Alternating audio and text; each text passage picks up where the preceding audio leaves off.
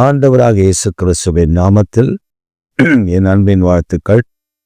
இந்த காலை தியானத்திற்காக நாம் தெரிந்து கொள்கிற வேத வசனம் சங்கீதங்களின் புஸ்தகம் 48ஆம் சங்கீதம் 1ஆம் வசனம். கர்த்தர் பெரியவர், அவர் நமது தேவனுடைய நகரத்திலும் தமது பரிசுத்த பர்வதத்திலும் மிகவும் துதிக்கப்படத்தக்கவர். கர்த்தர் பெரியவர், நம்முடைய தேவனுடைய நகரத்திலும் பரிசுத்த பர்வதத்திலும் துதிக்கப்படத்தக்கவர் அவர்தான். நம்முடைய தேவனாகிய கர்த்தர் பெரியவர், அவர் துதிக்கப்படத்தக்கவர். தேவனுடைய நகரத்திலும் சரி, அவருடைய பரிசுத்த பர்வதத்திலும் சரி. ஏனென்றால் நம்முடைய தேவன் மகத்துவம் நிறைந்தவர், மாறாதவர், மாட்சிமை நிறைந்தவர், மேன்மையானவர், உயர்ந்தவர், சிறந்தவர். அவருக்கு நிகர் வேறு ஒருவரும் இல்லை. அவர் அன்னசராசனங்களை உண்டு பண்ணி பூமியை உண்டாக்கி அதுல இந்த பூமியில தேவ தூதர்களை வைத்ததற்கு காரணம் அவரை துதிப்பதற்கான ஒரு இடமாக, ஒரு ஸ்தலமாக இந்த பூமியை கர்த்தர் மாற்றி வைத்திருந்தார். இந்த பூமியில் இருந்த தூதர்கள் அவருக்கு விரோதமாய் எழும்பின போது அவர்களை இந்த பூமியில் இராதபடி அவர்களை கீழே தள்ளினார். கீழே தள்ளின பொழுது அந்த பூமி ஒழுங்கன்மையும் வெறுமையுமாய் மாறினது. ஆவியானவர் ஜலத்தின் மேல் அசைவாடினார் என்று வேதம் சொல்லுகிறது. துதிப்பதற்காக ஏற்படுத்தப்பட்ட சேனை தள்ளப்பட்ட போது பல யுகங்கள் கழித்து ஆண்டவர் இந்த பூமியில நான் இன்னொரு காரியத்தை செய்து துதிப்பதற்கான ஆட்களை ஏற்படுத்துவேன் என்று சொல்லிதான் மனிதர்களை உண்டாக்கினார்.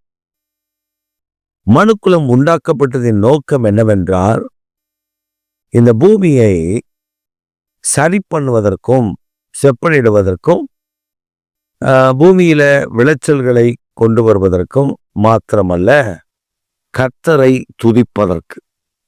வேதம் அப்படித்தான் சொல்லுகிறது. பகலின் குளிர்ச்சியான வேளையில் கர்த்தர் ஆதாமையும் ஏவாளையும் சந்திக்க வருவார். அவர்களோடு அவர் சம்பாஷிப்பார். அப்ப இந்த துதிகளுக்கு மத்தியில வாசம் பண்ணுகிற கர்த்தர் தாம் உண்டாக்கின மனிதனையும் மனுஷையும் பார்த்து மகிழ்ச்சி அடைந்தார். இவர்கள் வரும் நாட்களில் இவர்கள் பலுகி பெருகி பூமியை நிரப்பும் போது ஒரு பெரிய துதியின் சேனை உண்டாயிருக்கும் என்று. ஆனால் இந்த சேனை அப்படி உருவாகவில்லை.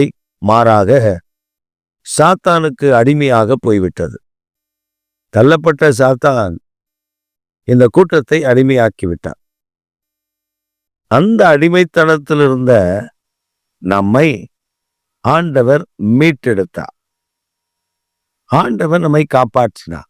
ரட்சிக்கப்பட்ட தேவனுடைய பிள்ளைகள் எல்லாம் அந்த கிருபையை கத்த தந்து இவர்களுக்குள்ள இருக்கக்கூடிய தீமைகளை குறைத்து நன்மைகளை அதிகரிக்க செய்தார். ரட்சிக்கப்பட்ட கர்த்தருடைய பிள்ளைகளுடைய வாழ்க்கையில நன்மை அதிகமாக இருக்கும், தீமை குறைவாக இருக்கும். ஆனால் ரட்சிக்கப்படாத தேவனுடைய பிள்ளைகளுடைய வாழ்க்கையில தீமை அதிகமாக இருக்கும், நன்மை குறைவாக இருக்கும். இது பொதுவான கோட்பாடில் இருக்கிறது. அதனாலதான் கர்த்தர் சொல்றாரு, தாவீது சங்கீதக்காரன் சொல்லும் பொழுது அவர் பெரியவர், அவருடைய வாசஸ்தலத்துல துதிக்கப்படத்தக்கவர், பரிசுத்த பர்வதம் எங்கும் அவர் துதிகளுக்கு துதிக்கப்படத்தக்கவராய் இருக்கிறார். காரணம், துதிப்பதற்காக ஏற்படுத்தப்பட்ட சேனை நீங்களும் நானும் தான். அப்ப நாம துதிக்கும் பொழுது அவர் பிரியப்படுவாரா என்று கேட்டால் நிச்சயமாக அவர் மகிமைப்படுவார். பிரியப்படுகிறது மாத்திரமல்ல, மகிமைப்படுவார். நீங்கள் துதிக்கிற ஒரு துதியின் வீரனாய் மாத்திரம் இருந்து பாருங்கள், உங்கள் வாழ்க்கையில தேவ பிரசன்னம், தேவ சமூகம் உங்களை சூழ்ந்திருக்கிறதை காண்பீர்கள். நீங்க தாவீதை பார்த்தீங்கன்னா, ஆண்டவருக்கு தாவீதை பிடிப்பதற்கான ஒரு காரணம் இருந்தது. ஆடுகளுக்கு முன்பாக போன தாவீது தான். வேற ஒன்றும் ஆண்டவர் எதிர்பார்க்கல. தாவீதிடத்துல எதிர்பார்த்ததெல்லாம் அவன் ஒரு இசைக்கருவியை யானை வைத்துக் கொண்டு ஒரு இசைக்கருவியில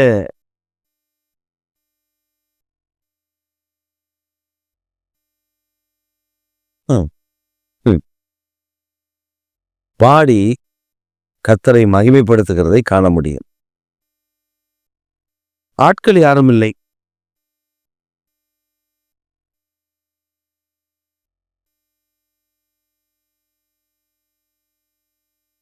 ஆட்கள் யாரும் இல்லை.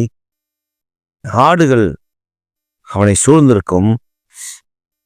தாவீதோ ஆடுகளையும் பார்க்கல, ஆட்களையும் பார்க்கல, தேவாதி தேவனை மாத்திரம் பார்த்தார்.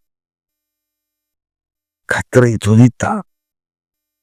He feel the presence of the Lord. Whenever he sing unto the Lord, whenever he praise the Lord, he could feel the presence. அவர் எப்பொழுதெல்லாம் பாடினாரோ, அவர் எப்பொழுதெல்லாம் கர்த்தரை துதித்தாரோ, தேவ பிரசன்னம் அவரை சூழ்ந்திருக்க கண்டார். எப்படிப்பட்ட பிரசன்னம் தெரியுமா? பிசாசின் வல்லமையில் அகப்பட்டவர்களை விடுவிக்கிற ஒரு பிரசன்னம். எப்படிப்பட்ட பிரசன்னம்? வியாதிகளை குணமாக்குகிற பிரசன்னம். தீர்க்க தரிசனத்தினால் நிரப்பப்படுகிற ஒரு பிரசன்னம். இதை கர்த்தர் தாவீதுக்கு தந்துடுறேனா? என்னை நம்மில் அநேக ஏதாகலும் ஒரு கூட்டத்துக்கு போய் வந்து விட்டால் அந்த பிரசன்னத்தில் கொஞ்ச நேரம் அந்த கூட்டத்தில் நடந்த ஆராதனை வேளை, துதியின் வேளை, தீர்க்கதரிசன வேளை, இவள் ஏற்பட்ட பிரசன்னத்தில் நமக்கு கர்த்தர் 2 வார்த்தைகளை தந்திருப்பார். அப்படியே வந்து ஆண்டவருடைய பிரசன்னத்தில் நிற்பதை விட்டுவிட்டு, எனக்கு ஆண்டவர் கிருபை தந்திருக்கா, வரங்களை தந்திருக்கா, வல்லமையை தந்திருக்கான்னு புலம்பிட்டு தெரிகிறது. நீங்க கர்த்தரை துதித்து பாருங்க, உங்கள் வாழ்க்கை தலைகீழாக மாறும். கர்த்தரை ஆராதித்து பாருங்க, உங்கள் வாழ்க்கை உயர்வாக மாறும். மனிதன் பார்வைக்கு, மனிதன் பார்க்கிறதற்கு, மனிதன் புகழ்வதற்காக அல்ல, கர்த்தர் உங்கள் வாழ்க்கையை பார்ப்பதற்காக நீங்கள் ஆராதித்து பாருங்கள். கர்த்தர் மேன்மையானதை செய்வார். தாவீது சொல்லும்போது சொல்லுகிறார், கர்த்தர் பெரியவர். இந்த காலை வேளையில் உங்களுக்கும் எனக்கும் நம்முடைய ஆண்டவர் பெரியவர். அவரை இன்றைக்கு துதியுங்கள். தடைகள் விலகும், இருள் நீங்கும், தேவனுடைய பாதுகாப்பு உங்கள் கூடாரங்கள் இறங்கி வருகிறதை காண்பீர்கள். ஆமென்.